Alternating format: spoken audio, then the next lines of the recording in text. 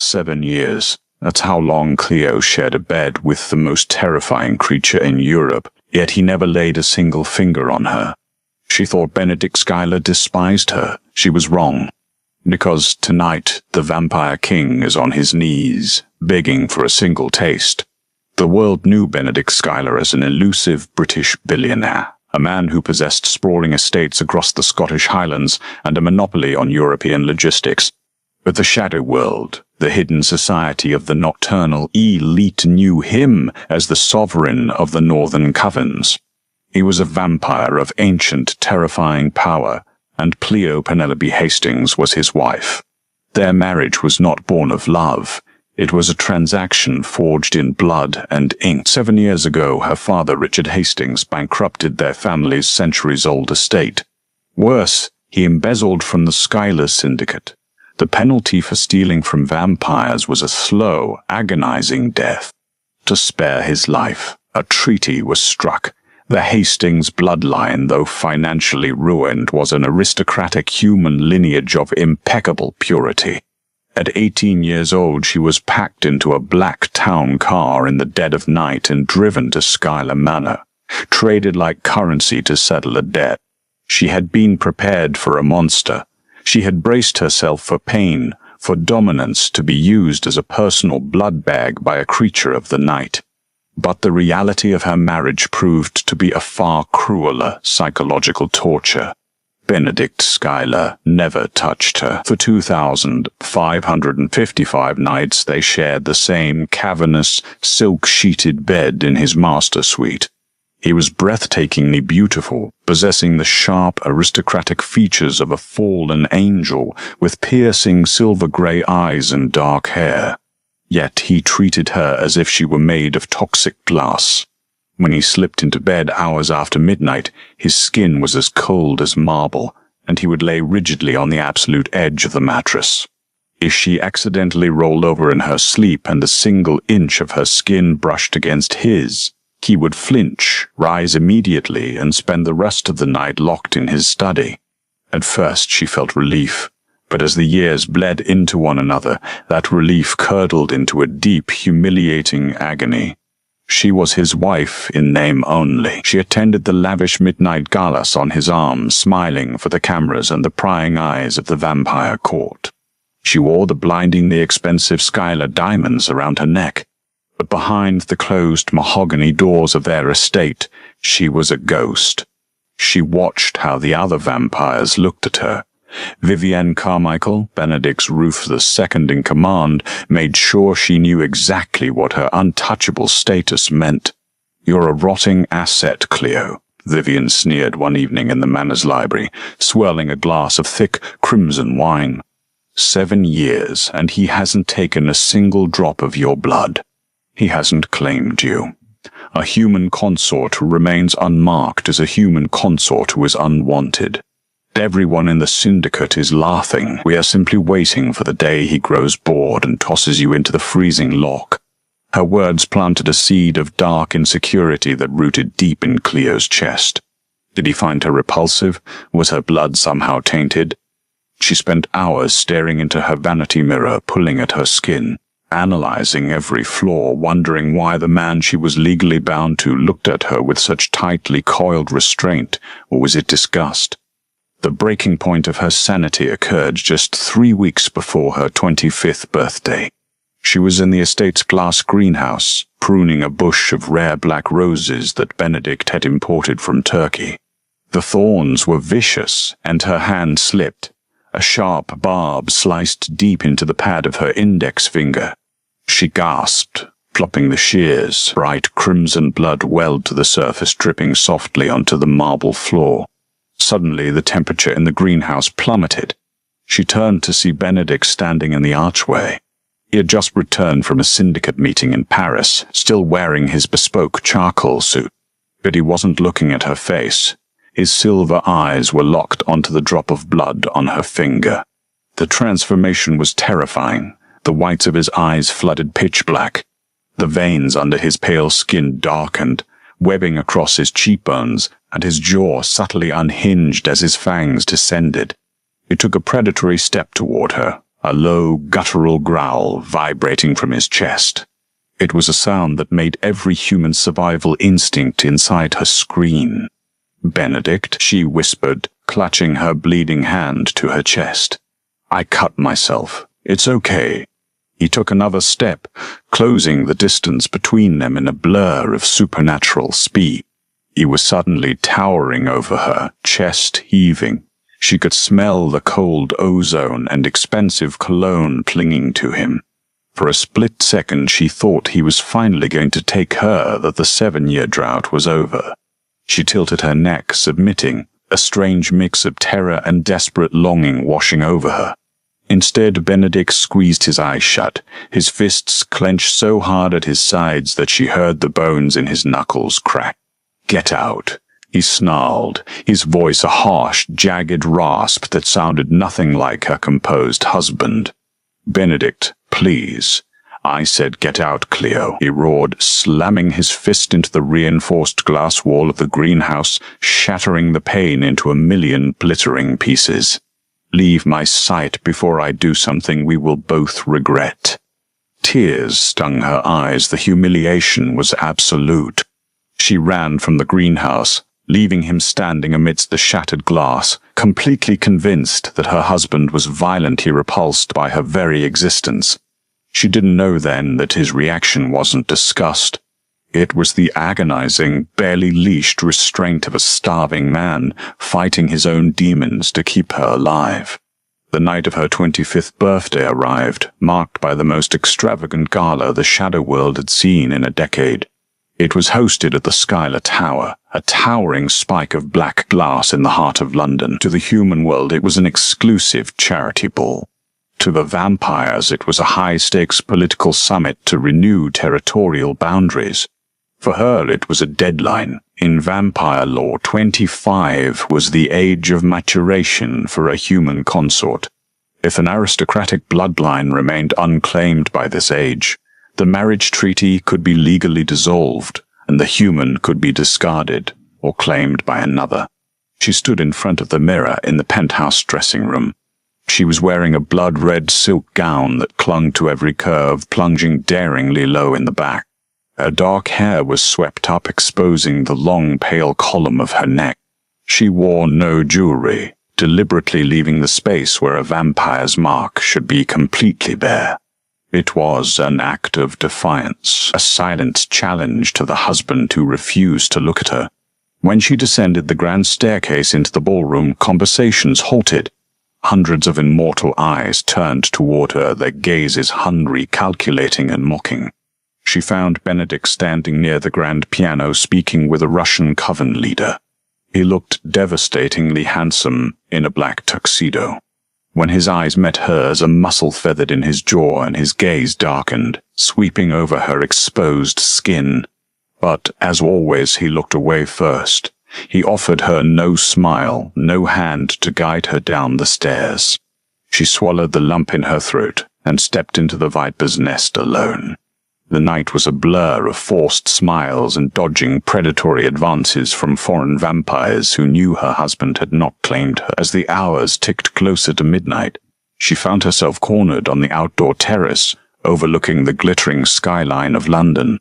"You look like a lamb waiting for the slaughter, Cleo." She turned to see Dominic Schuyler stepping out of the shadows. Dominic was Benedict's younger, estranged brother. Where Benedict was cold and restrained, Dominic was wildly chaotic, his eyes a mocking, icy blue. He had been exiled from the London court years ago, but the summit had granted him temporary amnesty. "Leave me alone, Dominic," she said, wrapping her arms around herself against the chill wind. He didn't listen. He moved closer, trapping her against the glass balustrade. "You really don't know, do you?" he murmured, a cruel smile playing on his lips. "You think he doesn't want you. I see the way you look at him, Cleo, like a desperate puppy begging for a scrap of affection. My marriage is none of your business." "But it is," Dominic whispered, leaning in so close she could feel the cold radiating from him. "Because of midnight, you turn 25. The treaty expires. He hasn't claimed you, Cleo, because he's waiting for the legal loophole to throw you out. He despises your father, and he looks at you and only sees the man who stole from us." Her heart hammered against her ribs. "You're lying." "Am I?" Dominic reached out, trailing a freezing finger down the side of her neck. She shuddered, trying to pull away, but his grip on the stone railing trapped her. "You are an unblemished Hastings. Your blood is a delicacy. When Benedict dissolves the bond at midnight, you will be fair game. And I think I will claim you for myself just to spite him." Before she could scream, a heavy, suffocating silence fell over the terrace. The ambient noise of the London traffic seemed to vanish. "Remove your hand from my wife, Dominic." The voice was terrifyingly calm, but it vibrated with a lethal frequency. Benedict stood in the terrace doorway. He had abandoned his tuxedo jacket.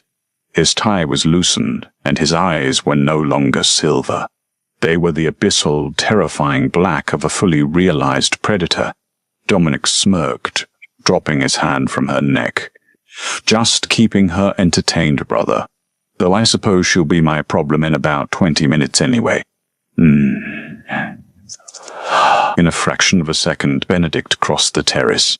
There was a sickening crack as he drove his fist into Dominic's throat, lifting his brother entirely off the ground by his neck and slamming him over the edge of the glass balustrade. Dominic dangled hundreds of feet above the London streets, his eyes wide with sudden panic. "If you ever breathe in her direction again," Benedict hissed, his fangs fully bared, "I will rip your head from your shoulders and mail it to your exile in pieces. Do you understand me?" He didn't wait for an answer. Benedict tossed Dominic back onto the terrace floor like a rag doll, then turned to Cleo. His chest was heaving, his control utterly shattered. He grabbed her wrist, his grip bruising, burning like dry ice, and dragged her off the terrace, ignoring the gasps of the aristocrats as they marched through the ballroom and directly into the private elevators. The ride up to the penthouse was suffocating. She was shaking, tears spilling over her cheeks. Dominic's words echoed in her mind. "He's waiting for the legal loophole to throw you out." The elevator doors opened, and he pulled her down the hallway, shoving her into his private chambers. He locked the heavy oak doors behind them with a definitive click. "So this is it?" she sobbed, the 7 years of rejection finally boiling over into pure rage. "Midnight is here. Are you finally going to kill me, Benedict? Or are you just going to throw me out onto the street like your brother said? Tell me." Benedict stood by the locked door, his hands trembling violently. He looked like a man being burned alive from the inside out. He dropped to his knees. The sovereign of the Northern Covens, the most feared creature in the shadow world, collapsed onto the floor at her feet. "Cleo," he choked out, his voice a raw, shattered plea. "Please." She froze. "Please what?" He looked up at her, his terrifying black eyes swimming with unshed tears. "Please, let me claim you. Let me taste you. I have starved for 7 years, Cleo. If I don't take your blood right now, I'm going to lose my mind." She stared down at the man who commanded armies of immortals, the ruthless billionaire who could collapse the European economy with a single phone call. Benedict Schuyler was kneeling on the Persian rug of their penthouse, his tailored shirt rumpled, his breathing ragged. The sheer vulnerability in his terrifying pitch-black eyes shattered every assumption she had built over the last 7 years. "Starved," she whispered, her voice trembling as she took a tentative step backward. "What are you talking about? You have access to the finest blood banks in the world. You're the sovereign. Ordinary blood is ash in my mouth," Benedict rasped, his hands gripping the edges of his own slacks as if fighting the urge to reach out and grab her ankles. "The month I signed that marriage treaty, the moment our souls were bound by syndicate law, my biology locked onto yours. A sovereign mates for life, Cleo. Once the vow is sealed, we can only draw true sustenance from our spouse. For 7 years I have lived on the absolute bare minimum of synthesized plasma just to keep my heart beating. It tastes like dust, it provides no string." Her mind reeled, trying to process the magnitude of his confession. If that's true, Why didn't you just bite me? Why treat me like a disease? You made me feel completely worthless, Benedict. I thought you hated me. Benedict squeezed his eyes shut, a sound of profound agony tearing from his throat. When he opened them again, the blackness was receding, replaced by the piercing silver she knew so well, that they were bright with unshed moisture. Because if I had tasted a single drop of your blood before your 25th birthday, it would have killed us both in the most agonizing way imaginable, he said, his voice dropping to a heavy, devastated whisper. He slowly rose to his feet, keeping a careful distance between them. He walked over to a heavy oak desk, pouring a glass of amber scotch with hands that visibly shook. Your father, Richard, didn't just embezzle a few million from my logistics firms, Benedict explained, tossing the liquor back in one swallow. He stumbled upon a shadow ledger during a corporate merger with the Astor Estates. He discovered the truths about the Hastings bloodline. You are not just human aristocrats, Pleo. Your family carries an incredibly rare genetic anomaly that the ancients called the Siren's Veil. Your blood is practically narcotic to my kind. It grants unimaginable power. She touched her own neck, suddenly feeling intensely exposed. Then why? Because the Siren's Veil is highly volatile, Benedict interrupted, his gaze locking onto hers with fierce intensity. During a human's maturation process before the exact moment of their 25th birthday, the blood is violently unstable. If a vampire consumes it, it acts as an absolute neurotoxin. The Rothschild syndicate lost 3 of their elders to a siren bloodline in the 1800s because they were too impatient to wait for the girl to mature. It drove them rabid, and they drained her dry before their own organs liquefied. It might. The air in the room suddenly felt incredibly thin. She fell back against the heavy velvet arm of the chair, the puzzle pieces violently snapping into place. Your father, Benedict continued, his voice hardening with disgust, found out what you were. He knew foreign syndicates would pay billions to own a siren. He was secretly negotiating to sell you to a brutal subterranean coven in Romania. I intercepted the communication. You used the embezzlement as an excuse, she realized, the horror dawning on her.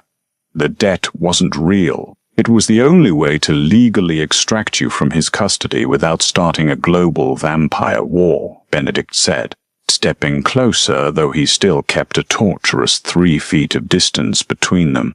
I claimed you as a debt payment. I brought you to my estate to protect you, but the cost was binding myself to you. He reached out, his long, cold fingers hovering just an inch from her cheek, desperately wanting to touch her skin, but refusing to close the gap. The restraint vibrating through his body was a physical force in the room. Do you have any idea what these 7 years have been like for me, Cleo? He whispered, his voice cracking, to sleep next to you every night, to hear the erratic flutter of your pulse against the silk pillows, to smell the sweet, intoxicating scent of your blood radiating from your veins, knowing that a single taste would bring me paradise, only to immediately end your life and mine? I had to treat you like glass. I had to build a wall of ice around my own heart, because if I let myself show you even an ounce of the desperate, all-consuming love I have for you, my control would have snapped. Tears streamed down her face, ruining her expensive makeup. The coldness, the flinching, the separate lives. It wasn't revulsion. It was the absolute, agonizing sacrifice of a starving predator protecting its prey from its own monstrous nature. When you cut your finger in the greenhouse, she sobbed, remembering the pure terror in his eyes. The scent of your raw blood hitting the air nearly broke my mind, Benedict confessed, dropping his hand. I had to leave the estate for 3 days just to cage the beast inside me. And tonight when Dominic touched you, when he threatened to take what is mine, Benedict looked toward the grandfather clock standing in the corner of the room. The polished brass pendulum swung back and forth, eating away the final seconds of her 24th year. Tick, tick, tick, 10 seconds. Benedict whispered, his silver eyes completely overtaken by the abyssal black once more. The veins beneath his skin darkened, his fangs sliding down in a lethal, breathtaking display of predatory hunger. 10 seconds, Cleo, and the poison leaves your veins. 10 seconds and you become my queen. Oh, don't. The first chime of midnight echoed through the penthouse. It felt like a physical shockwave. She didn't wait for him to ask again. She closed the distance between them, grabbing the lapels of his ruined shirt and tilted her head back, baring the long, pale expanse of her neck to him. "Claim me," she breathed. Benedict let out a sound that was half sob, half raw.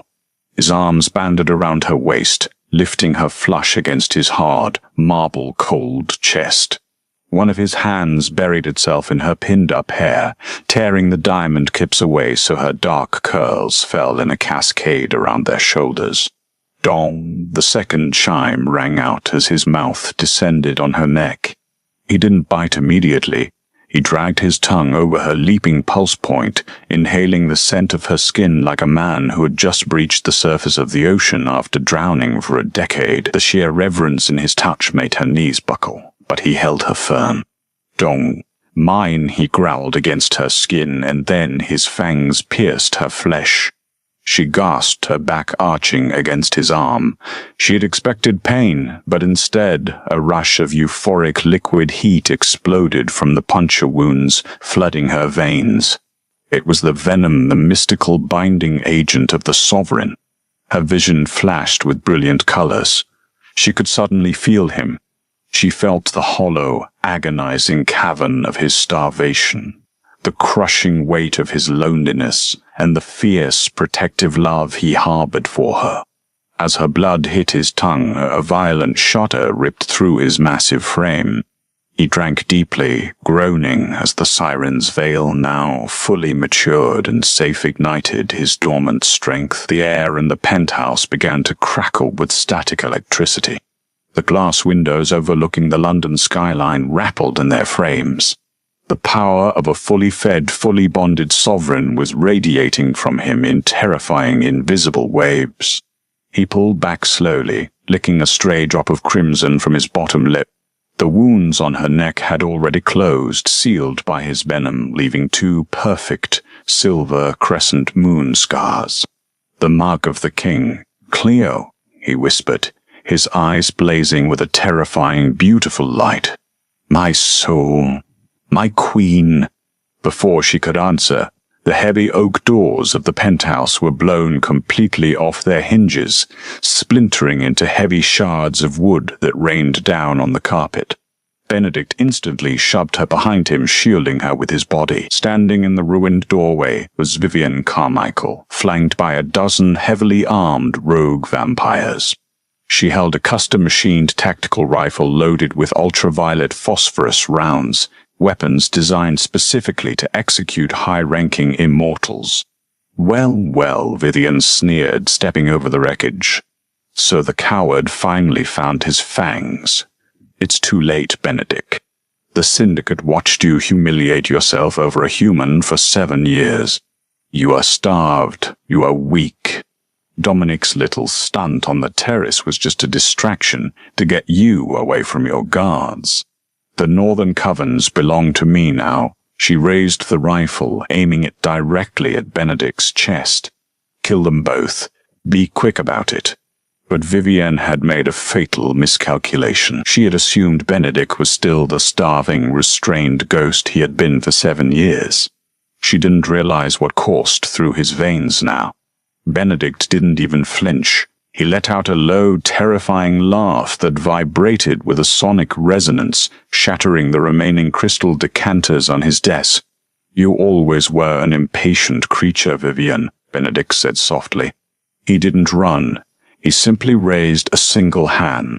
The air pressure in the room dropped so fast her ears popped. The static electricity they had generated during the bonding suddenly weaponized. Invisible telekinetic force, the legendary long-lost magic of a true sovereign, fueled by siren blood, exploded outward. The dozen rogue vampires were thrown backward simultaneously, pinned violently against the stone walls of the hallway with such force that she heard their bones shatter. Vivienne gasped, dropping her rifle as an invisible hand wrapped around her throat, lifting her 3 feet into the air. Benedict stepped forward, his eyes glowing like dying stars. "You have trespassed in my home. You have threatened my queen. Your execution will be broadcast to every syndicate from London to Moscow as a reminder." He closed his fist. Vivienne's body turned instantly to grey ash, crumbling to the floor in a fine dust before she could even scream. The remaining rogues, pinned to the walls, began to beg for mercy. Benedict ignored them, turning back to her. The terrifying aura of violence instantly melted away as he looked at her face. He gently reached out, tracing the silver crescent scars on her neck with a reverent thumb. "We have a mess to clean up," he murmured, his voice soft, meant only for her, "and a court to rule." "Let them wait," she said, pulling him down by the lapels of his ruined shirt, pressing her lips to his cold, perfect mouth. The 7 years of winter were finally over. The king had his queen, and the shadow world would never be the same again. Do you love thrilling, dramatic stories filled with dark romance, supernatural twists, and shocking betrayals? If Cleo and Benedict's intense journey kept you on the edge of your seat, smash that like button. Don't forget to share this video with your fellow dark romance lovers, and hit subscribe so you never miss another heart-pounding tale. Which character was your favorite? Let us know below.